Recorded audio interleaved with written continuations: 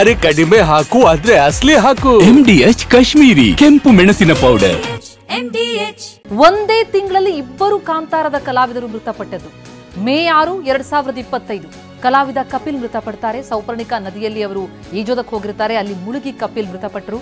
ನಂತರ ಮೇ 12, 2025 ಕಲಾವಿದ ರಾಕೇಶ್ ಪೂಜಾರಿ ತಮ್ಮ ಗೆಳೆಯನ ಮದುವೆಯಲ್ಲಿ ಅವರು ಸಮಾರಂಭದಲ್ಲಿ ಭಾಗವಹಿಸಿರ್ತಾರೆ, ಅಲ್ಲಿ ಖುಷಿಯಾಗಿ ಡಾನ್ಸ್ ಮಾಡ್ತಾ ಇರ್ತಾರೆ.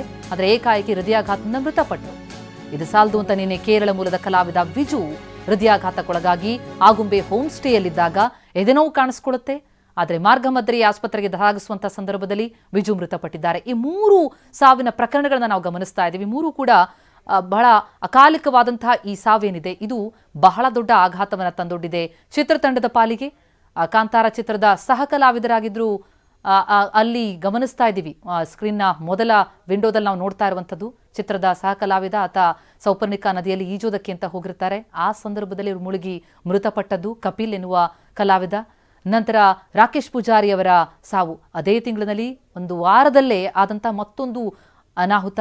ಹೃದಯಾಘಾತಕ್ಕೆ ರಾಕೇಶ್ ಮೃತಪಟ್ಟದ್ದು. ಈಗ ನಿನ್ನೆ ಮತ್ತೋರ್ವ ಕೇರಳ ಮೂಲದ ಕಲಾವಿದ ವಿಜು ಹೃದಯಾಘಾತಕ್ಕೊಳಗಾಗಿದ್ದಾರೆ. ಈ 3 ಸಾವಿನ ಪ್ರಕರಣಗಳು ಬಹಳ ಆಘಾತಕ್ಕೊಳಗ ಮಾಡಿದೆ. ಶಿವಮೊಗ್ಗದ ತೀರ್ಥಹಳ್ಳಿಯಲ್ಲಿದೆ ಈಗ ಕಾಂತಾರ ಚಿತ್ರತಂಡ. ಮಾಸ್ತಿಕಟ್ಟೆಯಲ್ಲಿದೆ ಚಿತ್ರತಂಡ. ನಟ ರಿಷಬ್ ಶೆಟ್ಟಿ ಅಂಡ್ ಟೀಮ್ ಅಲ್ಲಿದ್ದಾರೆ. ಮಾಸ್ತಿಕಟ್ಟೆಯಲ್ಲಿ ಕಾಂತಾರದ ಪ್ರಿಕ್ವೆಲ್ ಚಿತ್ರ ಶೂಟಿಂಗ್ ನಡೀತಾ ಇದೆ. ಸಿನಿಮಾ ಶೂಟಿಂಗ್ ಅನ್ನು ನಡೆಸ್ತಾ ಇದ್ದಾರೆ. ಅದೇ ಚಿತ್ರದ ಶೂಟಿಂಗ್ ವೇಳೆ ಭಾಗವಹಿಸಿದಂತಹ ನಟ ನಂತರ ತಮ್ಮ ಅಲ್ಲೇ ಉಳ್ಕೊಂಡಿದ್ದಂಥವರು ಹೋಗಿರ್ತಾರೆ. ಆ ಸಂದರ್ಭದಲ್ಲಿ ಅವರಿಗೆ ಎದೆನೋವು ಕಾಣಿಸ್ಕೊಂಡು ಮೃತಪಟ್ಟದ್ದು ಕೇರಳ ಮೂಲದ ಕಲಾವಿದ ವಿಜು. ಈಗ ಸದ್ಯ ಶಿವಮೊಗ್ಗದ ತೀರ್ಥಹಳ್ಳಿಯಲ್ಲಿದೆ ಕಾಂತಾರ ಚಿತ್ರತಂಡ. ಎಲ್ಲ ಸಾಲು ಅನಾಹುತ ಈ ಸಾವಿನಿಂದಾಗಿ ಬಹಳ ಆಘಾತಕ್ಕೊಳಗಾಗಿದೆ ತಂಡ. ಎಸ್ ಅಶೋಕ್ ವಿವರಿಸಿದ್ರು. ಅಶೋಕ್, ನಾವು ಗಮನಿಸ್ತಾ ಇದ್ದೀವಿ ಈ 3 ಸಾವು, 2 ಸಾವಂತೂ ಒಂದೇ ತಿಂಗಳಲ್ಲಿ ನಡೆದದ್ದು, ಒಂದು ವಾರದ ಅಂತರದಲ್ಲಿ ನಡೆದಂಥದ್ದು. ಈಗ ಮತ್ತೊಂದು ಸಾವು. ಈ ಸಾಲು ಸಾವು ಆ ಚಿತ್ರತಂಡ ಹೇಗಿದನ್ನ ಎದುರಿಸ್ತಾ ಇದೆ? ಏನ್ ಹೇಳ್ತಾ ಇದ್ದಾರೆ ಚಿತ್ರದ ಕಲಾವಿದರು? ಯಾರಾದ್ರೂ ಈ ಬಗ್ಗೆ ಮಾತಾಡೋದಕ್ಕೆ ಸಿಕ್ಕಿದ್ರಾ ಹೇಗೆ ಅಂತ?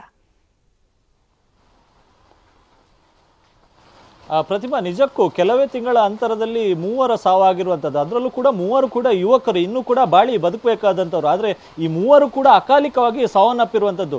ಈ 3ರಲ್ಲಿ 2 ಗಮನಿಸಬೇಕು, 2 ಕೂಡ ಕೇರಳ ಮೂಲದವರು, ಒಬ್ರು ಮಾತ್ರ ಉಡುಪಿ ಮೂಲದವರು. ಸೊ 3 ಯುವಕರು ಅಕಾಲಿಕವಾಗಿ ಸಾವನ್ನಪ್ಪಿರುವಂಥದ್ದು.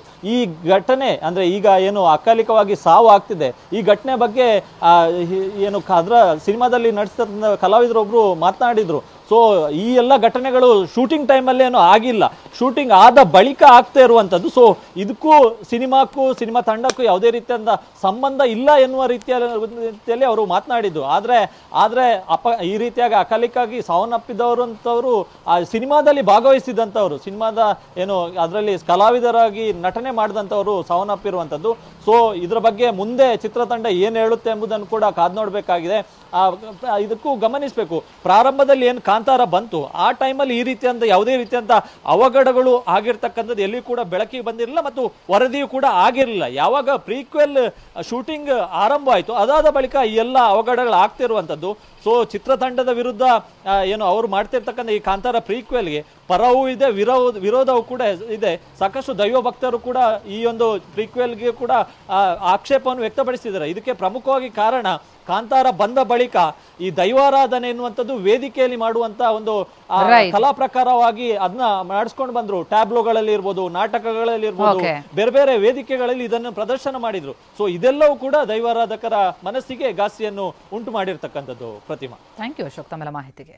MDH ನ ಕಿಚನ್ ಅಲ್ಲಿದ್ರೆ ನಾವು ಎಲ್ಲವನ್ನು ಮಾಡಬಹುದು. ಬೆಂಗನ್ಕ ಬರ್ತಾ, ಆಲೂ ಗೋಬಿ, ಬೆಂಡಿ ಮಸಾಲಾ, ಇನ್ನೂ ಬಹಳಷ್ಟು. MDH